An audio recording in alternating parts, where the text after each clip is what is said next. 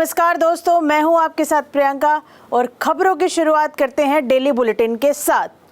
काशी से निकली विकास की रफ्तार। मोदी ने 4 वंदे भारत ट्रेनों को दी हरी झंडी। कहा, यह भारतीयों के लिए ट्रेन है। प्रधानमंत्री नरेंद्र मोदी ने शुक्रवार को अपने संसदीय क्षेत्र वाराणसी यानी काशी से 4 नई वंदे भारत एक्सप्रेस ट्रेनों को हरी झंडी दिखाकर रवाना किया।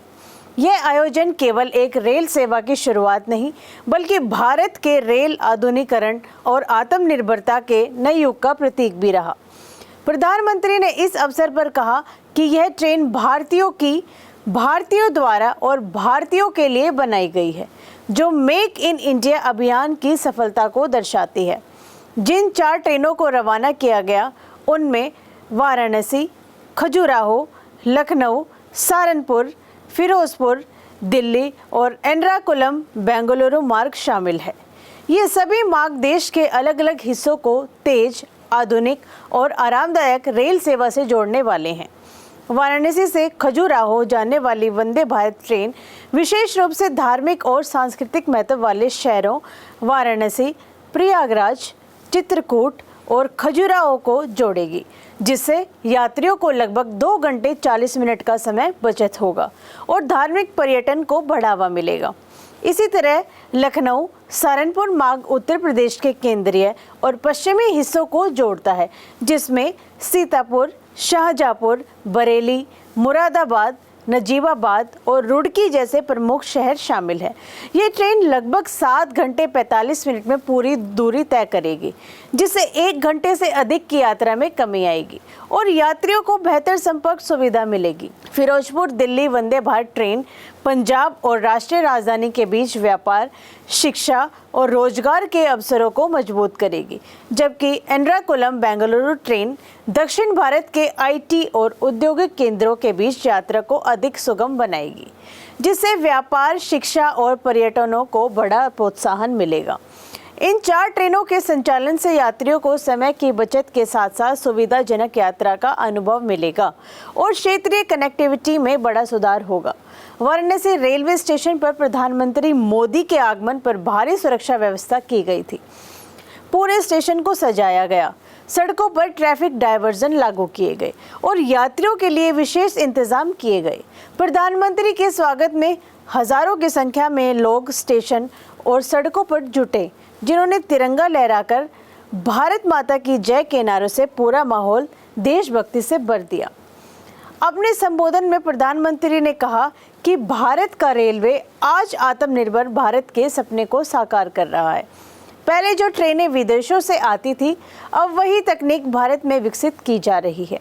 उन्होंने कहा कि वंदे भारत ट्रेनें न केवल आधुनिक तकनीक का प्रतीक हैं, बल्कि भारत की युवा शक्ति और इंजीनियरिंग क्षमता का प्रमाण है। रेलवे मंत्रालय के अधिकारियों ने बताया कि वर्तमान में देश में 100 से अधिक वंदे भारत ट्रेनें चल रही हैं और आने वाले वर्षों में यह संख्या दोगुनी होने की उम्मीद है। प्रधानमंत्री ने कहा कि वाराणसी से शुरू हुई यह पहल विकसित काशी से विकसित भारत के संकल्प को आगे बढ़ा रही है। उन्होंने यह भी कहा कि रेल नेटवर्क केवल परिवहन का साधन नहीं, बल्कि यह विकास, पर्यटन और व्यापार और सांस्कृतिक एकता का माध्यम है। रेलवे के आधुनिकीकरण के लिए 1300 से अधिक स्टेशनों का नवीनीकरण कार्य चल रहा है, जिनमें यात्री सुविधाओं का विस्तार, स्वच्छता, डिजिटल टिकटिंग और स्मार्ट वोटिंग एरिया शामिल हैं। रेलवे का लक्ष्य यात्रियों को तेज, सुरक्षित और आरामदायक यात्रा प्रदान करना है।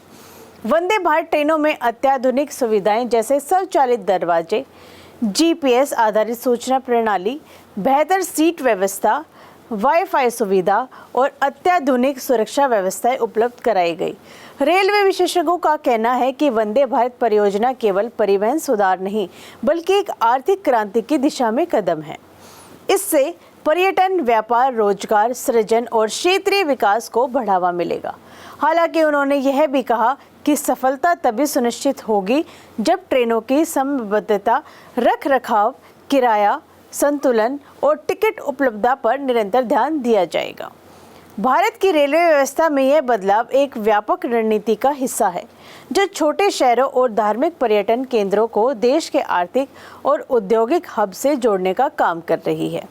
प्रधानमंत्री मोदी ने कहा कि वंदे भारत सिर्फ एक ट्रेन नहीं, यह नया भारत की रफ्तार और आत्मविश्वास का प्रतीक है। उन्होंने यात्रियों से आग्रह किया है कि वे भारतीय इंजीनियरों और रेल कर्मियों के इस प्रयास की सराहना करें। इस अवसर पर रेल मंत्री अश्विनी वैष्णव ने कहा कि भारत अब उस युग में प्रवेश कर चुका है जहां रेल सिर्फ यात्रा का साधन नहीं बल्कि राष्ट्रीय गौरव का प्रतीक बन चुकी है। वाराणसी से शुरू हुआ ये अभियान पूरे देश में रेलवे के आधुनिकीकरण की दिशा में एक प्रेरक कदम है, जो भारत को तेज, सशक्त और आत्मनिर्भर बनाने की दिशा में अग्रसर करेगा। इस प्रकार 4 नई वंदे भारत ट्रेनों का शुभारंभ केवल एक तकनीकी उपलब्धि नहीं बल्कि भारतीय नवाचार, एकता और प्रगति का उत्सव भी है, जो आने वाले समय में भारत के विकास पथ को और भी तेजी से आगे बढ़ाएगा। अब चलिए चलते हैं अगली खबरों की ओर। महिलाओं ने मारी बाजी, पहले चरण में 8% ज्यादा वोटिंग, बनी लोकतंत्र की नई ताकत। पहले चरण के मतदान ने इस बार भारतीय लोकतंत्र में एक नई कहानी लिख दी है। कुल मतदान प्रतिशत 65% दर्ज किया गया, लेकिन जो सबसे बड़ा और उल्लेखनीय पहलू रहा वह यह है कि महिलाओं ने पुरुषों की तुलना में 8% अधिक वोट डालकर लोकतंत्र की असली शक्ति होने का प्रमाण दिया। यह आंकड़ा केवल एक चुनावी रिकॉर्ड नहीं बल्कि ये इस बात का प्रतीक है कि अब महिलाएं राजनीतिक रूप से अधिक सजग, जागरूक और निर्णायक बन चुकी हैं। पहले जब ग्रामीण इलाकों में महिलाओं की भागीदारी सीमित रहती थी, वहीं इस बार गांवों से लेकर शहरों तक महिला मतदाताओं का जोश और उत्साह देखने लायक रहा। मतदान केंद्रों पर सुबह से ही महिलाओं की लंबी कतारें नजर आईं। साड़ी, चुनरी और हौसले से लिपटी इन कतारों ने यह संदेश दिया कि भारतीय महिला अब समाज और शासन दोनों में अपनी भूमिका को लेकर पूरी तरह गंभीर हैं। इस बढ़े हुए मतदान का एक प्रमुख कारण निर्वाचन आयोग द्वारा चलाया गया systematic voter education and electoral participation यानी SVEEP कार्यक्रम रहा। इस अभियान के तहत ग्रामीण और शहरी इलाकों में व्यापक स्तर पर जन जागरूकता फैलाने का काम किया गया। विशेष रूप से महिलाओं को यह समझाने की कोशिश की गई कि उनका एक वोट केवल एक संख्या नहीं बल्कि परिवर्तन की कुंजी है। इसके साथ ही प्रशासन ने भी महिलाओं के लिए मतदान केंद्रों पर सुविधाएं बढ़ाई। कई जगहों पर पिंक बूथ बनाए गए जहां मतदान प्रक्रिया का संचालन पूरी तरह से महिला कर्मियों द्वारा किया गया। इससे महिलाओं में सुरक्षा की भावना बढ़ी और वे अधिक संख्या में घरों से बाहर निकली। सामाजिक और मनोवैज्ञानिक स्तर पर भी इस बार बदलाव देखने को मिला है। पहले जब महिलाएं परिवार के पुरुष सदस्यों की राय पर निर्भर रहती थी, वहीं अब अपने विवेक से उम्मीदवारों का चयन कर रही हैं। शिक्षा का प्रसार, सोशल मीडिया के माध्यम से राजनीतिक जागरूकता और महिला सशक्तिकरण योजनाओं का असर अब स्पष्ट रूप से मतदान व्यवहार में देखने लगा है। सरकारी योजनाएं जैसे बेटी बचाओ बेटी पढ़ाओ, उज्ज्वला योजना, प्रधानमंत्री मातृत्व वंदना योजना और आंगनवाड़ी सशक्तिकरण ने महिलाओं के जीवन में सीधा परिवर्तन लाया है, जिसके कारण वे अब नीतिगत मुद्दों को बेहतर समझती हैं और अपने वोट की ताकत को पहचान बना चुकी हैं। राजनीतिक दलों ने इस बार महिला मतदाताओं को विशेष रणनीतियां अपनाई हैं।